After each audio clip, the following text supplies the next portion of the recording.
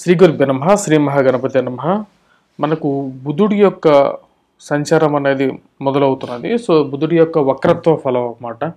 బుధుడు తన యొక్క ధనుస్సు రాశిలో సంచారం చేస్తున్నాడు. ధనుస్సు రాశిలో సంచారం చేస్తున్నటువంటి బుధుడు ఈ యొక్క రాబోతున్నటువంటి డిసెంబర్ 13న వక్రత్వం పొందబోతున్నాడు అన్నమాట. అంటే తిరోగమనం, అంటే రెట్రోగ్రేడ్ మూమెంట్ అంటారు ఇంగ్లీష్లో. తెలుగులో వచ్చేటప్పటికి తిరోగమనం అంటారు అన్నమాట. వక్రత్వం కూడా అని అంటారు. వక్రత్వం పొందినటువంటి బుధుడు వచ్చేటప్పటికి ఎప్పుడైనా సరే శాస్త్రంలో ఏ విధంగా చెప్పబడింది అంటే పూర్వరాశి యొక్క ఫలితాన్ని ఇస్తాడని చెప్పి శాస్త్రం చెప్పింది అన్నమాట. మనం చూసినట్లయితే చాలా గ్రహాలు వచ్చేటప్పటికి వక్రత్వం పొందవు. వాటిలో పొందేటువంటి గ్రహాలు వచ్చేటప్పటికి బుధుడు ఎప్పుడు చెలిస్తూ ఉంటాడనమాట. మనం చూసినట్లయితే 20 రోజులు తన యొక్క ఇంచుమించుగా తన యొక్క వక్రత్వం అనేది ఉంటూ ఉంటుంది.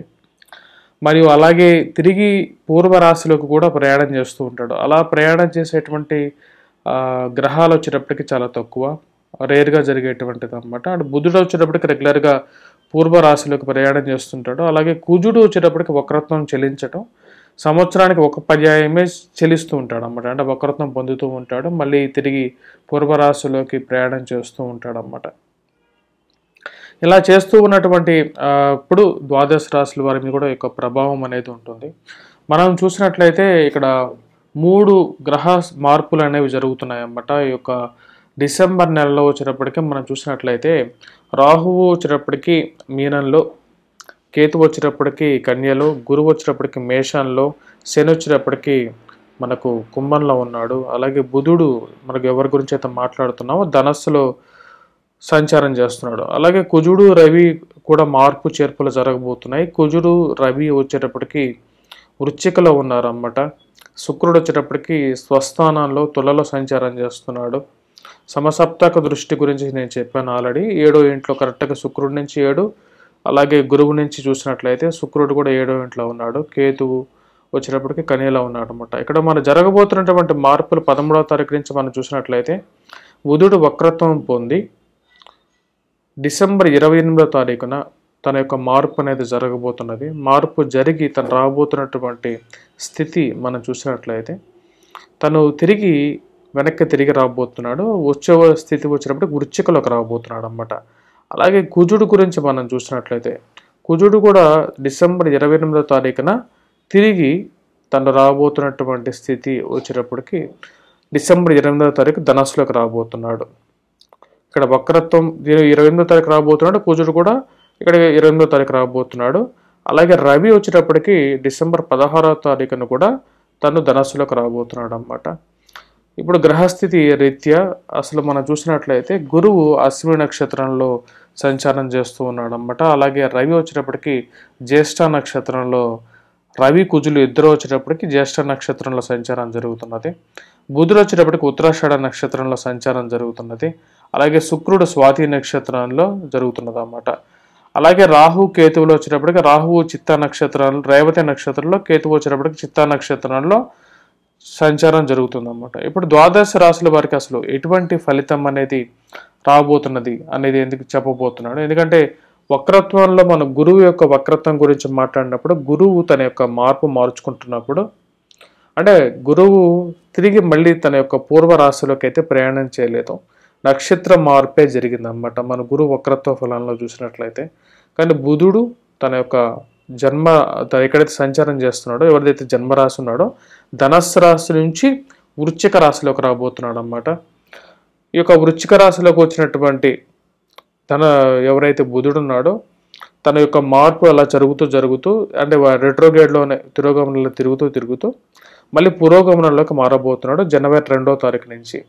ఇప్పుడు ఎటువంటి ఫలితం అనేది రాబోతుంది ద్వాదశ రాశుల వారి మీద అనేది చూద్దాం. ముందుగా చెప్పాలంటే అసలు బుధుడు గురించి మనం చెప్పాలన్నమాట. బుధుడు ఎటువంటి గ్రహం అనేది చాలామందికి తెలిసి ఉండొచ్చు. ఎందుకంటే జ్యోతిష్య పరిజ్ఞానం ప్రకారంగా బుధుడు పచ్చటి కలర్ని ఎక్కువగా సూచిస్తూ ఉంటాడన్నమాట. పాడి పంటలకి, సువృష్టికి ముఖ్య కారకుడు అవుతాడు. ఎవరైతే ఈ యొక్క వెజిటబుల్స్ బిజినెస్ చేస్తుంటారో వారికి బాగా కలిసి రావడానికి కూడా వారి యొక్క జాతకంలో బుధుడి యొక్క స్థానం అనేది అనుకూలంగా ఉన్నప్పుడు ధనవృద్ధి అనేది కూడా పొందుతారు. అలాగే వాళ్ళు ఈ యొక్క వెజిటబుల్ బిజినెసెస్లో కానీ లేకుండా ట్రాన్సాక్షన్స్లో కానీ వడ్డీ వ్యాపారంలో కానీ ఎక్కువగా వారు పనిచేస్తుంటారు. బ్యాంకింగ్ రిలేటెడ్ సెక్టర్స్లో పనిచేయటానికి కూడా మూల పురుషుడు అవుతాడు అన్నమాట.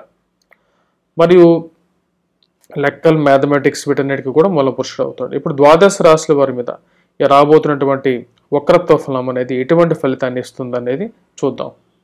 కర్కాటక రాశి వారికి బుధుడి వక్రత్వ ఫలం అనేది ఎటువంటి ఫలితం వస్తుందనేది చూద్దాం.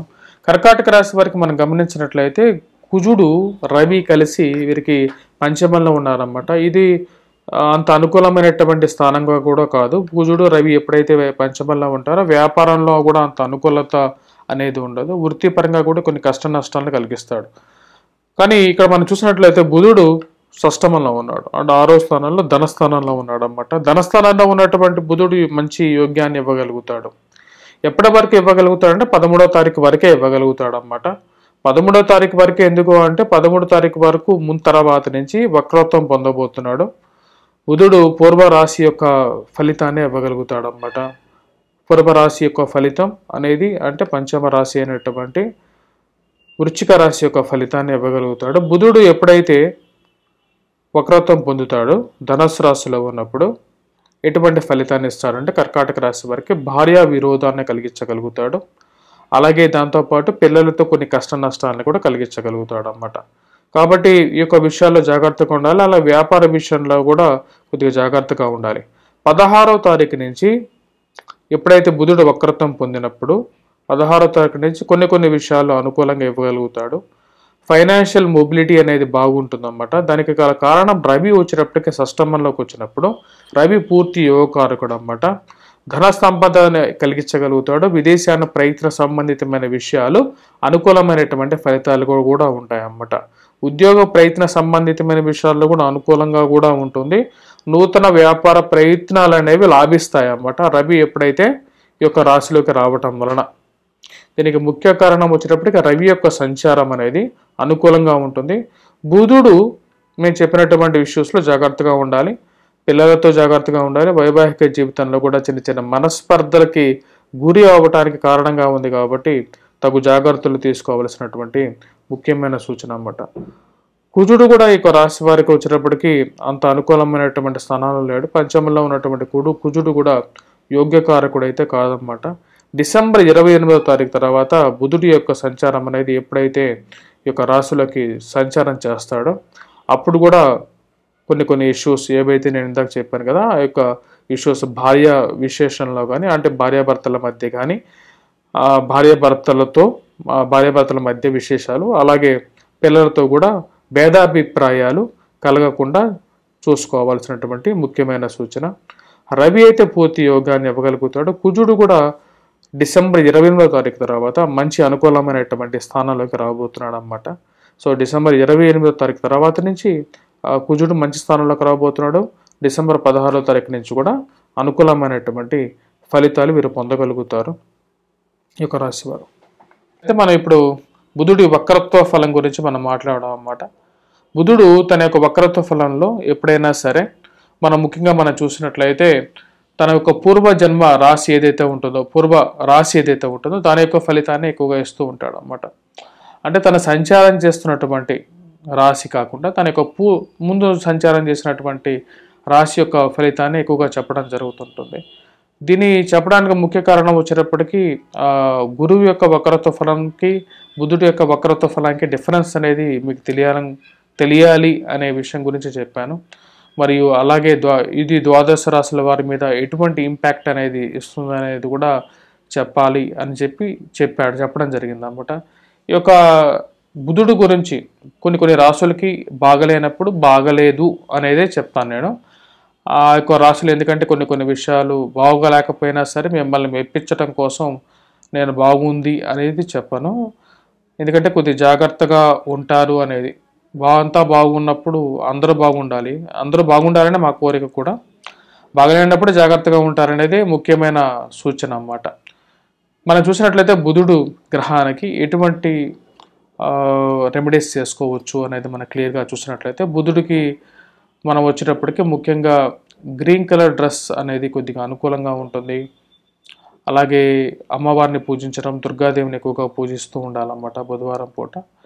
అలాగే పచ్చటి పెసలను నానబెట్టి మనం చుట్టూ ఉన్నటువంటి ఆవులు ఏవైతే ఉంటాయో గోవులకి తినిపించడం ద్వారా కూడా బుధుడు కూడా జాతకరీత్యా ఎవరి జీవితంలో అయితే సరైన స్థానంలో లేడు, ఆ యొక్క దశాంతర్దశలు నడుస్తున్నప్పుడు ఆ యొక్క ఫలితం ఏదైతే వస్తుంటుందో ఆ టైంలో మీరు పచ్చ చేతికి ధరించడం ద్వారా కూడా కొంచెం అనుకూలంగా ఉంటుంది.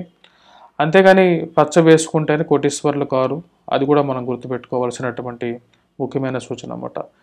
జ్యోతిష్యంలో ఉన్నటువంటి విజ్ఞానాన్ని తీసుకోవాలి, అజ్ఞానాన్ని దూరం చేయాలి, మోసపూరితమైనటువంటి జీవితాన్ని వదలాలన్నమాట.